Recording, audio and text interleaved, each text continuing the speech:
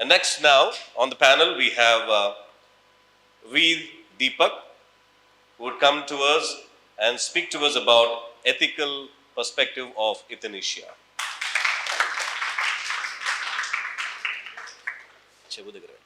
Pleasant and cordial good afternoon to everyone. I am Deepak of degree second year. So today we all gather here to discuss and learn about euthanasia. So firstly, what is euthanasia? Let me start from the scratch. The word euthanasia was derived from two Greek words. First one is eu, which means good, and the second one is thanthos, which means death. Combinedly, it is called good death. What? How a death become good. So before knowing that, we have to know about the definition and meaning of euthanasia. So the Oxford English Dictionary defined it as the painless killing of a patient suffering from an incurable and painful disease.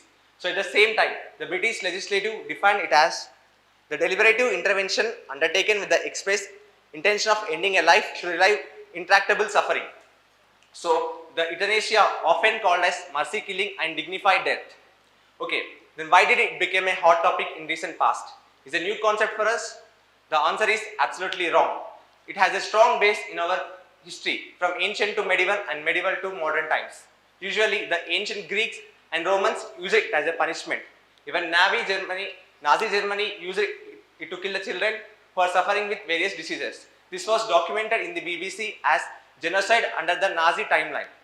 So if we look into our own Indian history, the Manusmriti and the Dharma Shastras, as they mention about euthanasia, and the Sallekana, Johar and Sati are the similar examples of assisted suicide.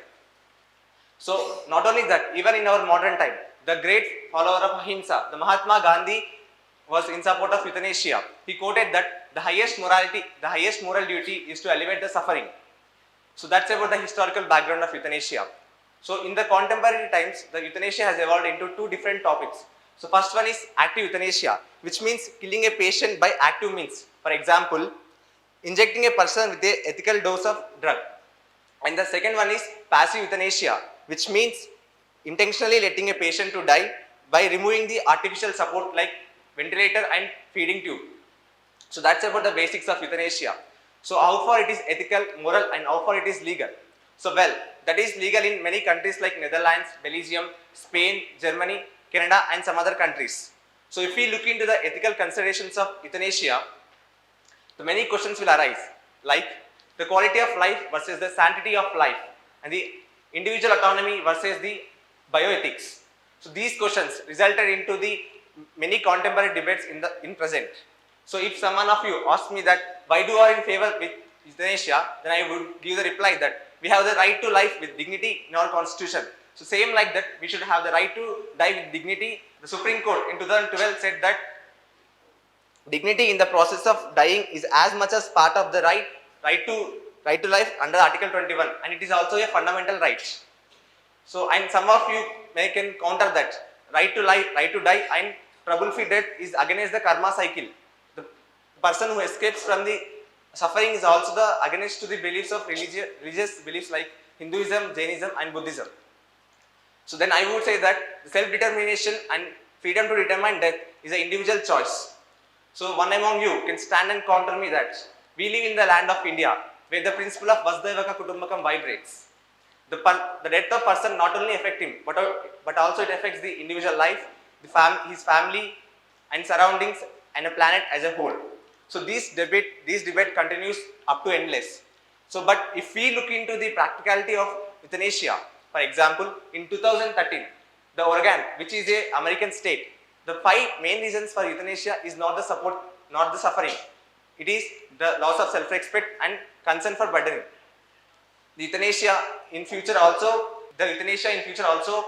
may diminish the quality of palliative care, and sometimes it may force the patient to accept the death.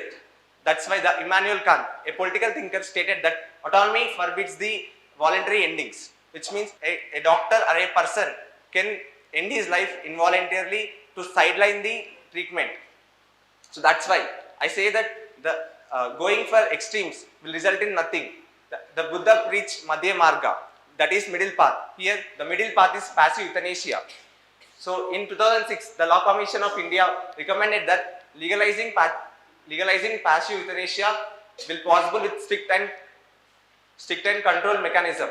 It's also a beneficiary thing. So I conclude my speech that whether it is pain or pleasure, we should accept it. Accept it. That's the meaning of life. So thank you very much.